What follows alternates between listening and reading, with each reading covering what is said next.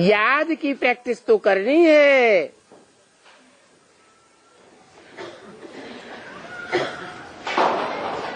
जैसे स्कूल में बच्चे पीटी करते हैं ना,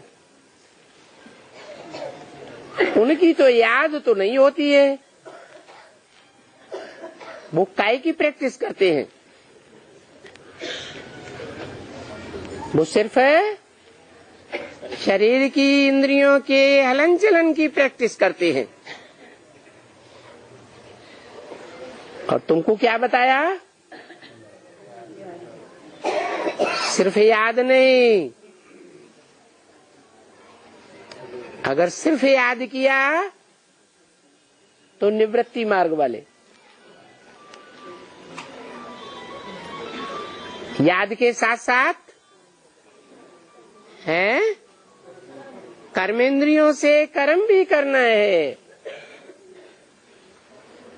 तुम कर्म योगी हो, सिर्फ योगी हो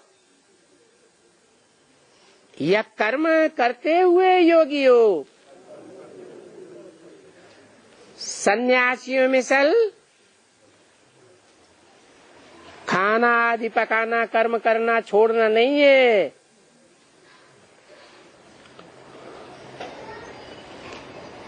तो ये प्रैक्टिस करनी है।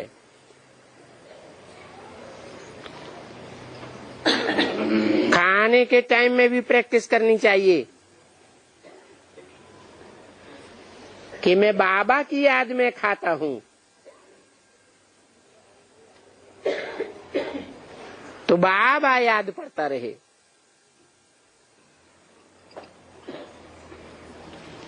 ऐसे भी नहीं है कि कोई खाते समय में सारा समय याद में रहते होंगे और खाते रहेंगे। ऐसे होता है क्या? तो क्या प्रैक्टिस करनी है कि निरंतर याद रहे। खाते हैं तो भी निरंतर याद रहे,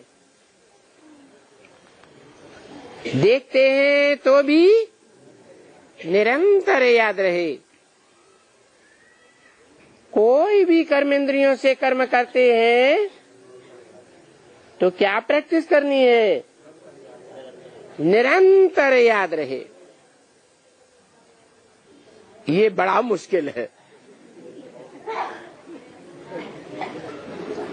फिर भी याद जरूर करना है।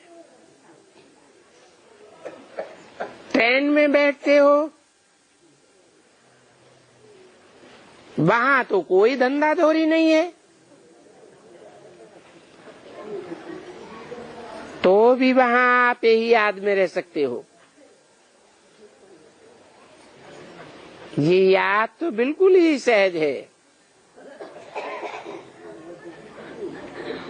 मैं आत्मा हूँ, बाबा ने मुझे कहा है कि मुझे याद करो,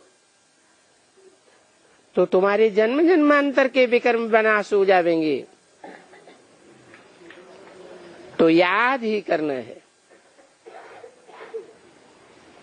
ये याद करना कोई बड़ी बात नहीं है, है? कभी कहते याद करना बड़ी बात नहीं है, बड़ा सहज है। कभी कहते हैं ये बड़ा मुश्किल है।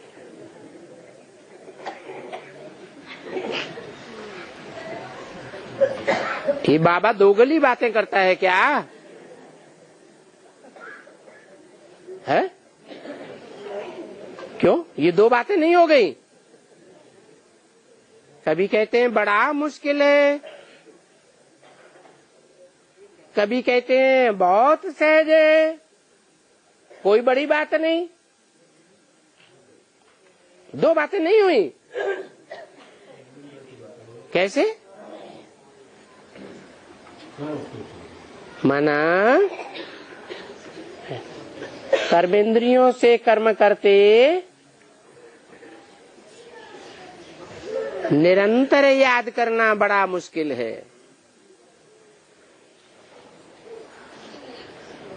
और वो प्रैक्टिस है जितनी पक्की होती जाएगी,